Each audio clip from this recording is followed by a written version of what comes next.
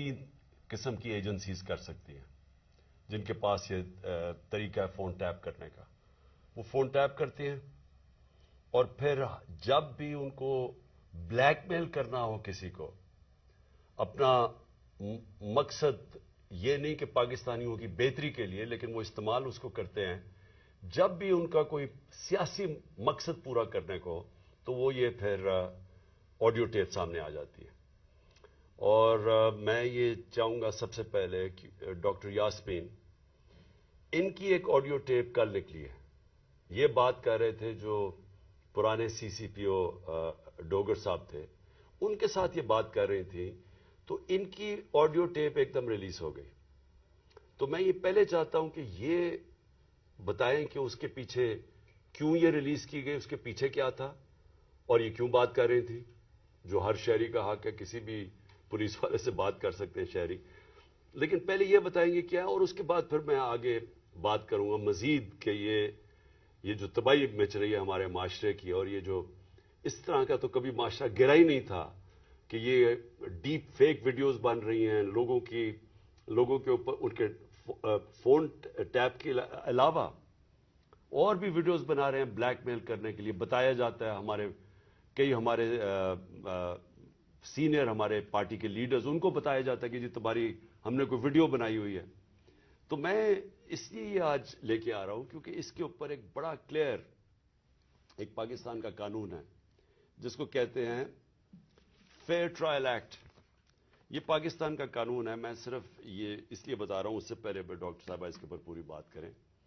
یہ قانون یہ کہتا ہے کہ کوئی کسی کا فون ٹیپ نہیں کر سکتا ہے، کوئی ایجنسی، ISI، IB، پولیس، یہ کسی کا فون ٹیپ نہیں کر سکتے جب تک یہ انٹیریئر منسٹر کو کہیں اور انٹیریئر منسٹر عدالت میں جائے اور پھر عدالت کا جج ان کو اجازت دے کہ ہاں یہ ملک کی ضرورت ہے، یہ اس سے دہشت گردی بچ سکتی ہے یا ملک کے کوئی نیشنل انٹرسٹ پروٹیکٹ ہو سکتا ہے.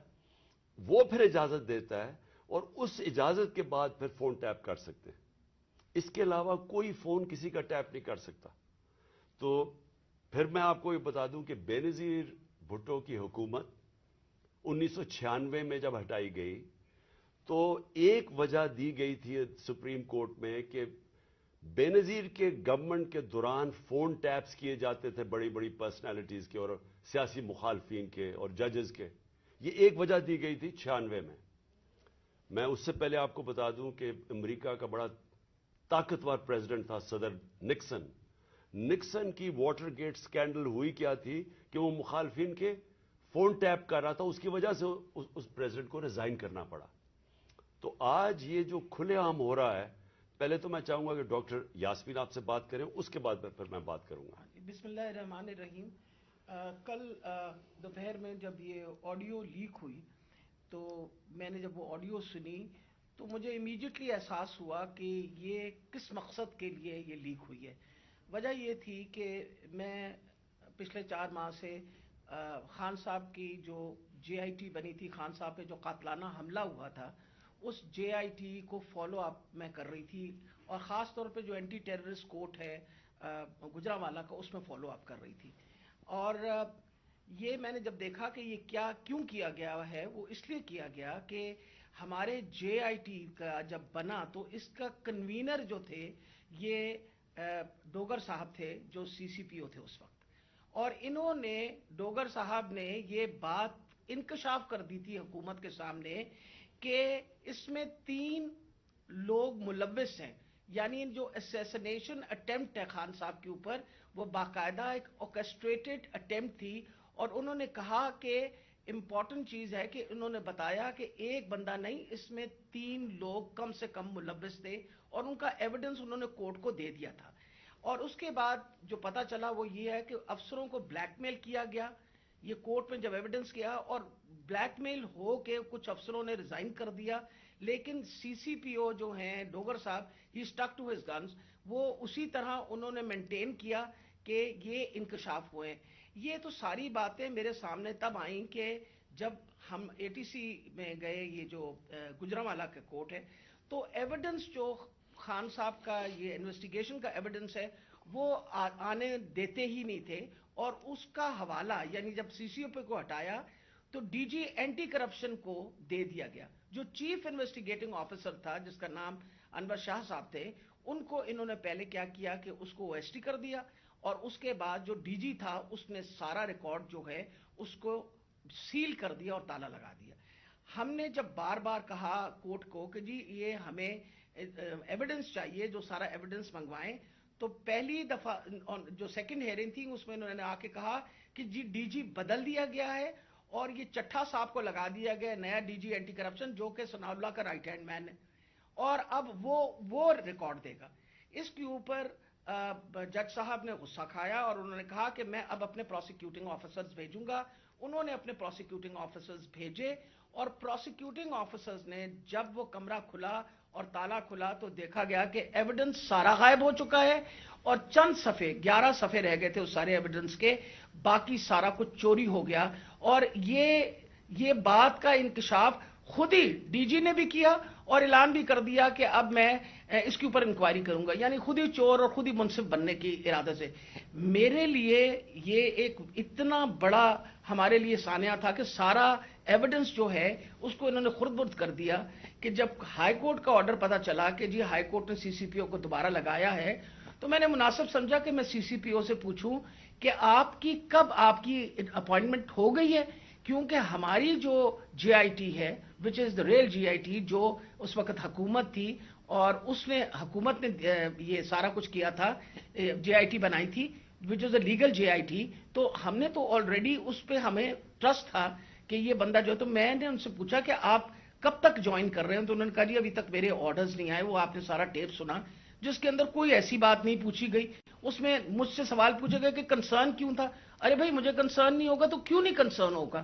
وجہ یہ ہے کہ خان صاحب کے اوپر قاتلانہ حملہ ہوا، خان صاحب کی ساری جو انویسٹیگیشن ہے ان کے آپ نے بندے بھی غائب کر دیے، اس کے بعد جن لوگ جو ایویڈنس ہے اس کو بھی غائب کر رہے ہیں آپ. تو ہمیں تو بالکل کسی طریقے سے کسی اور پہ ٹرسٹ نہیں تھا، اور ہمیں امید تھی کہ اب سی سی پی او کے واپس آنے سے، یعنی ڈوگر کے واپس آنے سے ہم دوبارہ اپنا جے آئی ٹی جو ہے وہ شروع کر دیں گے. میں سخت مذمت کرتی ہوں. میں نے خان صاحب کے سامنے آ کے بتایا کہ جی مجھے اتنی تکلیف ہوئی کہ جی فیئر ٹرائل ایکٹ کے مطابق میں ایک سٹیزن ہوں اس پاکستان کا، میرا وہ چادر اور چار دیواری تو جو پامال کرنی تھی ان لوگوں نے، ہم خواتین کے لیے تو ہم ساری عورتیں جو ہیں ان کے شر سے نہیں بچ سکتے. جس طرح ان لوگوں نے ٹیپنگ کرنی شروع کر دی ہے، وجہ یہ کہ جس طرح آپ نے فرمایا فیئر ٹرائل ایکٹ کے مطابق یہ کیسے ٹیپ کر سکتے تھے ہمیں؟ ہاؤ کوڈ یہ ٹیپ؟ کیا انہوں نے اجازت لی تھی؟ کیا یہ ثناء اللہ جو انٹیریئر منسٹر ہے یہ کسی جج کے پاس گیا تھا؟ اس نے جا کے جج سے اجازت لی تھی؟ I want to know about it. اور میں انشاءاللہ خان صاحب کو بتایا کہ میں کورٹ میں جا رہی ہوں اور میں کورٹ کے اندر سے جا کے یہ سارے سوالوں کا جواب دوں گی کہ یہ آئی ایس آئی بی یا پولیس میں سے کس نے ٹیپ کیا اور پھر کس طرح ریلیز کیا. کیونکہ میں یہ سوچتی ہوں کہ میرا جو بنیادی انسانی حقوق ہیں، جو میرا رائٹ ہے، وہ اس کے اوپر بہت بڑا حملہ ہوا. جی شکریہ ڈاکٹر یاسمین. میں آج اپنی سپریم عدلیہ سے مخاطب ہوں. 4 مہینے پہلے میں نے سپریم کورٹ کے اندر اسی فیئر ٹرائلز ایکٹ کے تحت میں نے ایک پٹیشن دائر کی تھی، اور اس میں وہ پٹیشن کیا دائر کی تھی کہ ٹیپس نکلی، آڈیو ٹیپس نکلی کہ میں جب پرائم منسٹر تھا، میرے پرائم منسٹر ہوتے ہوئے میرے جو بات چیت کر رہا تھا میں اپنے پرنسپل سیکرٹری سے، وہ میری آفیشیل لائن تھی، اس لائن کا ٹیپ کیا گیا، اور جو میری اعظم خان سے بات ہو رہی تھی اس کو ڈاکٹر کر کے اور اس کو ریلیز کیا گیا. اس کے علاوہ بشرا بیگم وہ آفیشیل لائن سے کسی سے بات کر رہی تھی، ان کی بھی ٹیپ کر کے وہ جو ان کی بات چیت تھی، جو کانورسیشن تھا، اس کو بھی ڈاکٹر کر کے چینج کر کے اور 2 دفعہ وہ ریلیز کی گئی.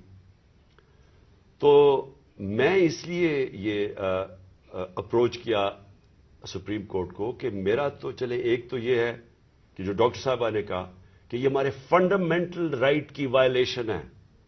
ہر انسان کا بنیادی حق ہے آرٹیکل 14 کانسٹیٹیوشن میں ہماری پرائیویسی اور ہماری ڈگنیٹی پروٹیکٹ کرنے کے لیے. آئین ہماری ڈگنیٹی اور پرائیویسی پروٹیکٹ کرتا ہے. تو ایک تو یہ میں اپنی بیوی بشرا بیگم کی طرف سے کہ ان کا رائٹ وائلیٹ ہوا, میرا رائٹ وائلیٹ ہوا. لیکن اس سے بھی زیادہ اگر پرائم منسٹر آفیشل بات کر رہا ہے اپنی لائن سے, اپنے پرنسپل سیکرٹری سے, اگر وہ ٹیپ ہو رہا ہے اور اس کو پھر ریلیز کر رہے ہیں, تو یہ آفیشل سیکرٹس ایکٹ کے خلاف ہے. کوئی بھی ملک کی امپورٹنٹ چیز ہو جو اپنی سیکیور لائن سے بات کروں اور وہ نکل جائے اس طرح, تو یہ تو بڑا خطرناک ہے ملک کے لیے. کوئی بھی پرائم منسٹر کی بات چیت نکل جائے, اور اس کے بعد شہباز شریف کی اور وہ مریم کی بھی کوئی آڈیو ٹیپ لیکس نکلی, اور اس کے اندر بھی اس میں تو خیر اور باتیں ہو رہی تھی. تو میں اس لیے کہنا چاہتا ہوں کہ ہماری عدلیہ کو اس کے اوپر ایکشن لینا چاہیے, کیونکہ یہ تو ایک اب پوری معاشرے میں ایک بیماری پھیل گئی ہے. جب کوئی کسی کو بلیک میل کرنا ہوتا ہے اس کی ٹیپ نکلاتی ہے. سپریم کورٹ کے جج کے اوپر ان کی پرویز لائی کی وہ کو ٹیپ نکلائی, اور وہ صرف بلیک میل کرنے کے لیے, کیونکہ اس وقت پاکستان کی تاریخ کا ایک بہت اہم ایشو ہے 90 ڈیز کے اندر الیکشن کروانا. یہ ساری قوم اب دیکھ رہی ہے کہ کیا آئین کے اوپر ہماری عدلیہ 90 ڈیز میں 90 دن میں الیکشن کروا سکے گی یا نہیں کروا سکے گی. اور یہ اب عدلیہ کو بلیک میل کرنے کے لیے کوشش کی جا رہی ہے. اور انٹیریئر منسٹر, ملک کا انٹیریئر منسٹر خود بیٹھ کے ایک فون ٹیپ کی بات کرتا ہے, جب ڈائریکٹ اس کی ذمہ داری تھی کہ یہ ہوا کیسے فون ٹیپ. کیا اس نے پرمیشن لی تھی کسی عدلیہ سے, کسی ہائی کورٹ کے جج سے اجازت لے کے یہ فون ٹیپ کیا تھا؟ اور اس سے بھی آگے چلے جائیں کہ ہمارے ملک کے اندر اب جو میں شروع بات کی تھی, ڈیپ فیک ویڈیوز بنی ہوئی ہیں جو بلیک میل کیے جا رہے ہیں. میں 3 اپنے سینئر پارٹی لیڈرز جانتا ہوں جن کو بلیک میل کیا جا رہا ہے. اس کے بعد سب کو یاد ہے کہ مریم نواز نے بیٹھ کے ایک اناؤنس کیا کہ میرے پاس آڈیو ٹیپس ہیں یا ویڈیو ٹیپس ہیں ججز کے اوپر, ارشد ملک کا جو کیس تھا. اس کے بعد ریٹائرڈ جسٹس ثاقب نثار کی ایک آڈیو ٹیپ نکلی جو بعد میں پتا چلا کہ فیک تھی, یعنی جوڑی ہوئی تھی, جو ڈیپ فیک تھی, یعنی اس کو پیس ٹوگیدر کیا ہوا تھا.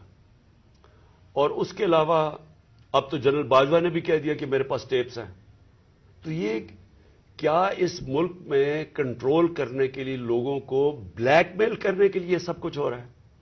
اور اب ٹیکنالوجی ادھر چلی گئی ہے تو یہ تو کوئی بھی اب کر سکتا ہے. آپ ڈیپ فیک ویڈیوز جو ہیں اس کی کبھی ٹیکنالوجی دیکھ لیں, کسی کے اوپر بھی آپ یہ ٹیپس بنا سکتے ہیں اور آپ ان کو بلیک میل کر سکتے ہیں.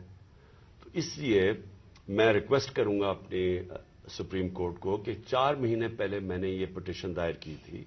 ایز ایکس پرائم منسٹر میری سیکیور لائن کو ٹیپ کر کے اور پھر اس کو ڈاکٹر کر کے پبلک میں دکھایا گیا, اور پھر یہ جو بار بار بلیک میل کرنے کے لیے کہ جی ہم آپ کی فون ٹیپ کر کے آپ کی کوئی ٹیپس نکال دیں گے.